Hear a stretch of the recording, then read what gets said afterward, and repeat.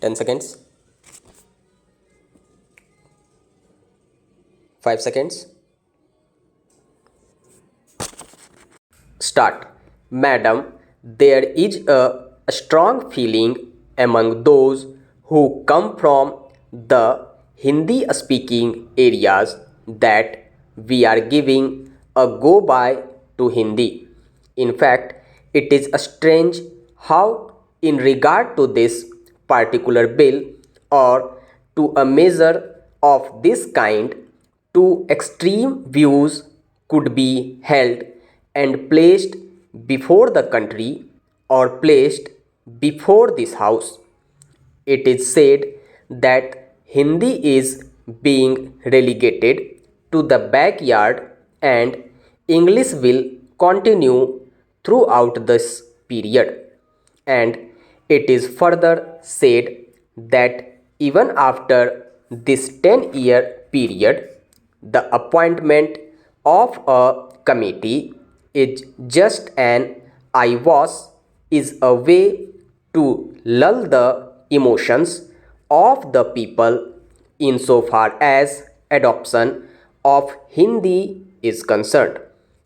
I do not want to say much on that subject.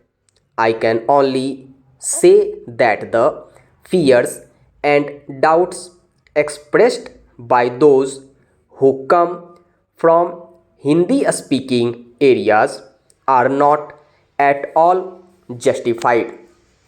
I must say that Hindi has considerably progressed during the last few years, and if we see the progress which has been made since 1947, it would be found that it is something remarkable. Before 1947, the position of Hindi in so far as various matters and subjects were concerned was low in the list, even as compared to other regional languages of the country. But during the last 15 years, the progress has been so rapid, indeed, enormous progress has been made, and I might say that a large number of books, standard books, have appeared, have been published on literature, history, geography, economics, science, etc. Whatever field you might look into, you will find that most valuable books have been written which could be taken advantage of. I might even admit before the house that although I come from a Hindi area, I cannot really comprehend and understand many of the books written in Hindi. It is a different matter. The point is, I have not progressed along with the development of Hindi. I am behind the times, I must admit it. It is people like me who are behind, and sometimes I feel that my generation perhaps may not be able to catch up with the development of Hindi. The next generation will do so, but a man like me, of course, who knows something of Hindi, feels that I have not been able to catch up with the progress of Hindi. When I saw the two volumes of the Criminal Procedure Code and the Indian Penal Code wholly translated into Hindi by the commission appointed by the Law Ministry of the Government of India, I was really surprised. But they have done that job, they have completed that job, quite a difficult job. So it is both, I mean, governmental as well as non official efforts which have contributed to this progress and development of Hindi. But it is a different matter that, in spite of this progress, Hindi has yet to be learnt by millions of our people.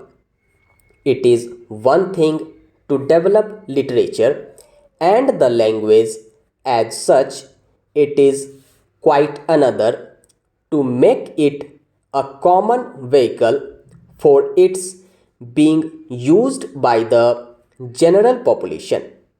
Even today, if we go into the matter fully, we will find that Hindi is not understood, especially in the South, by the people as a whole. In the administration, also, I find that it is not possible by the officers coming from various states, not only from the south but from other areas also, where Hindi is not the regional language, that it is not possible for them to work in the secretariat without the use of English language. They have still to do their work in English, and if Hindi is made in any way obligatory, they will be faced with a very difficult situation indeed. Besides that, it has also to be realized that the advantages of English are obvious. I am not one who is well versed in that language. In fact, I know my own limitations. Yet, I would not like to deny the value and importance of the English language. It is no doubt a historical accident that English has assumed an important place in our country. But, madam, there were many things which should not be imbibed, which we should not imbibe from Englishmen. But it would be unfortunate if we gave up learning of English only because it had come from the Britishers. English language by itself is one of the richest languages in the world. It has assumed an exceedingly important place as an international language. It is therefore that I make bold to say that if even 2% of our people know the English language, it would be advisable to take advantage of that situation and continue to learn it as one of the foreign languages, both for our national and international requirements. Having said this, madam, it must also be admitted that English could not be continued as our national language and cannot be accepted as our national language.